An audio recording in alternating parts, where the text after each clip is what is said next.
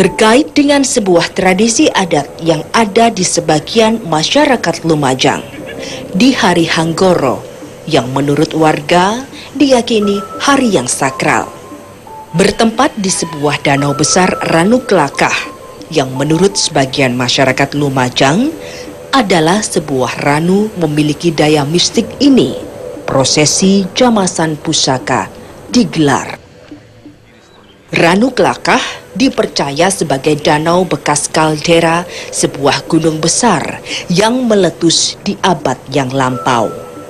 Oleh karena itu, Ranu Kelakah bisa mewakili Ranu Pane yang ada di perut Gunung Semeru untuk melakukan sebuah prosesi upacara adat. Ini kan penyucian keris, di mana keris itu mempunyai nilai luhur, nilai sakral. Yang sebelum kita menjama atau menyucikan itu kita pakai ritual.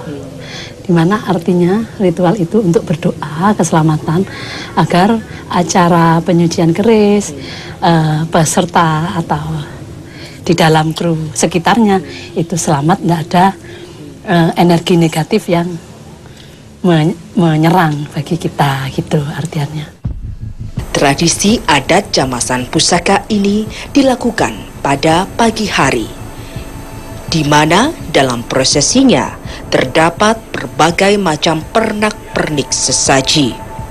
Terdapat pisang rojo setangkep, jenang abang jenang putih sak jodoh, mori seto sak lembar, kembang telon sak takir, menyan prapen, siwur kakang aking, lan sak panunggalanipun.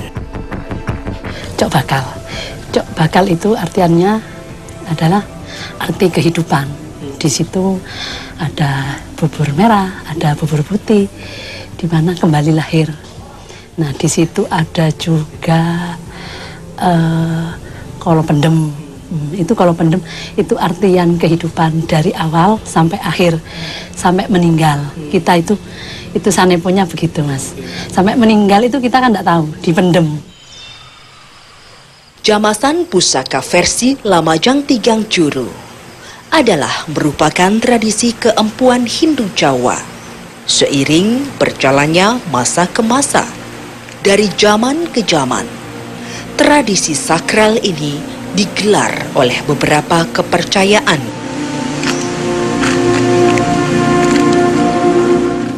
Istilah jamas itu memang biasa digunakan untuk prosesi penyucian benda pusaka, yang biasanya itu paling ritual orang yang umum itu bulan Suro, Mas. Jadi setiap 3 bulan sekali kita entah pindah ke rumah yang satu ke yang satu, itu pasti ada silaturahmi. Kalau tidak penjamasan ya kita ngobrol-ngobrol masalah pergerisan yang ada di Lumajang, khususnya di Gang Juru ini.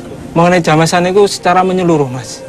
Secara menyeluruh artinya dalam keris itu ada 2 yang harus dibersihkan, esterik dan interik. Esterik itu bagian luarnya termasuk gagangnya, gonjonya, bilahnya itu yang harus dibersihkan.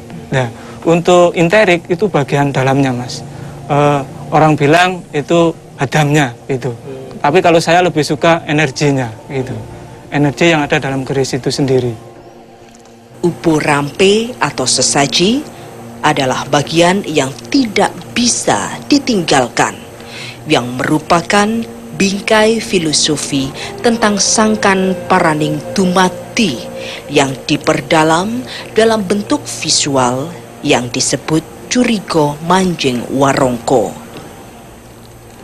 Sebelum melakukan jamasan pusaka, terlebih dahulu upacara adat ini melakukan tradisi larungan di Ranu Kelakah.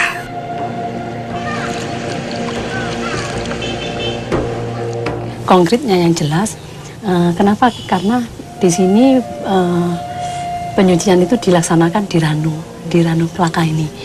Di Ranu Kelakah ini tempat mata air, di mana banyak gaib-gaib antara energi negatif dan energi positif.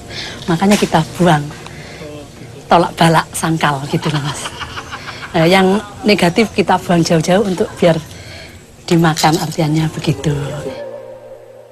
Ya, kalau menurut saya itu dia hanya melakukan apa yang sudah dilakukan oleh leluhur-leluhurnya dulu. Itu bukan suatu tradisi baru gitu. Jadi itu sudah ada sejak zaman dulu, dan bisa jadi malah ditanya kapan itu ada. Waduh, ini sudah zaman buyut saya, sudah canggah saya, bisa jadi seperti itu. Tradisi larung dan jamas bisa dibedakan menurut kacamata filsafat esoterika keris. Dimaknai sebagai larung identik dengan bahasa Madura yang disebut muang sangkal. Diartikan sebagai membuang semua aura negatif bagi pemilik pusaka keris tersebut. Sedangkan jamasan diartikan sebagai bentuk pensucian yang memakai tirta ranu kelakah, ditambah dengan adegan-adegan ritual yang mengarah permohonan keselamatan kepada Gusti Kang Murbeng Tumadi.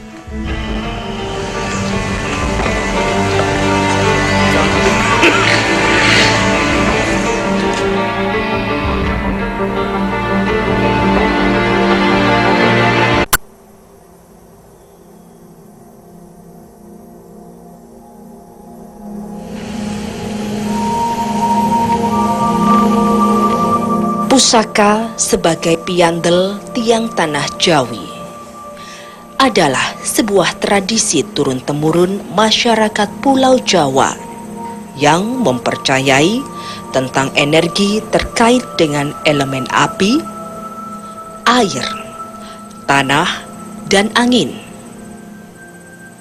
Masing-masing elemen mempunyai daya tingkat energi berbeda dengan anasir berikutnya. Filosofi tentang keris dimaknai sebagai menyimpan suatu hal yang tidak bisa dibicarakan dengan ucapan manusia. Orang Jawa menyebut ngeker barang Kang Aris. Itu biasanya tidak semua keris itu bisa dijamas tiap tahun atau tiap 3 bulan sekali. Kalau saya biasanya menggunakan tahayu dulu. Artinya kita berkomunikasi dengan benda itu sendiri, apa benda itu memang minta dirawat atau tidak usah, itu nanti baru kita melaksanakan penjamasan, Mas. Inti dari penjamasan itu kan pembersihan, Mas. Pembersihan, di situ kalau pusaka itu ada 2, Mas. Isterik dan interik. Isterik itu bagian luar, interik itu bagian istilahnya kalau manusia sukmanya.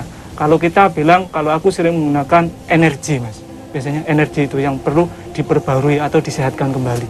Kalau yang non fisik ya, kita anggap bahwa di situ ada dalam tanda petik penghuni ya, atau energi lah apa itu. Nah, kalau kita ini kan simbolnya begini. Jadi ada penghuninya. Penghuni itu kan diminta untuk keluar dulu. Nah, kalau kita misalnya duduk di sini, terus ada orang bersih-bersih, nyapu gitu. Kita duduk di sini ya katut disapu. Lo kan ya nesu mestinya, kira-kira gitu loh. Nah, kemudian ini dipersilakan untuk keluar dulu. Dan setelah selesai bersih, dipersilakan masuk lagi. Sekali lagi bahwa sebenarnya bahasa-bahasa yang intangible yang seperti itu itu yang mudah dipahami, karena memang kalau percampuran beberapa jenis logam itu biasanya menarik energi dan itu sifatnya permanen itu biasanya. Dan itu keris pusaka itu memang paling tidak atau 5 atau 7 jenis logam. Makanya di Jawa itu namanya kan macam-macam logam itu. Ada mangangkang wanang, mangangkang wadon, walulin, kamboja. Waduh, banyak sekitar 33 atau 34 jenis logam. Larung dan jamasan pusaka yang ada di Lumajang menunjukkan bahwa tradisi jamasan dan larung masih tetap eksis dan merupakan simbol kepiawaian sang empu dalam mewariskan ilmunya kepada generasi berikutnya. Sehingga bisa ditarik garis benang merah, pusaka warisan empu-empu zaman dahulu bisa dipakai sebagai tameng bagi yang memiliki pusaka itu sendiri, sesuai keyakinan, kepercayaan agama masing-masing.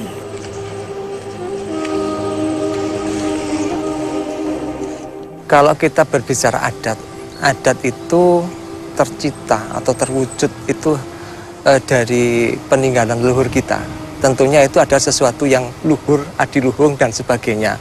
Itulah sebabnya kenapa itu harus kita ururi, harus kita lestarikan. Jangan sampai kita itu menjadi suatu bangsa yang lupa atas jati dirinya.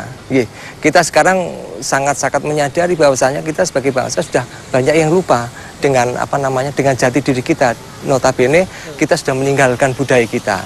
Mudah-mudahan dengan ritual-ritual adat semacam itu masih tetap terpelihara. Kita masih ngugemi adat budaya leluhur kita yang sangat bagus itu untuk tetap terpelihara untuk generasi kita selanjutnya.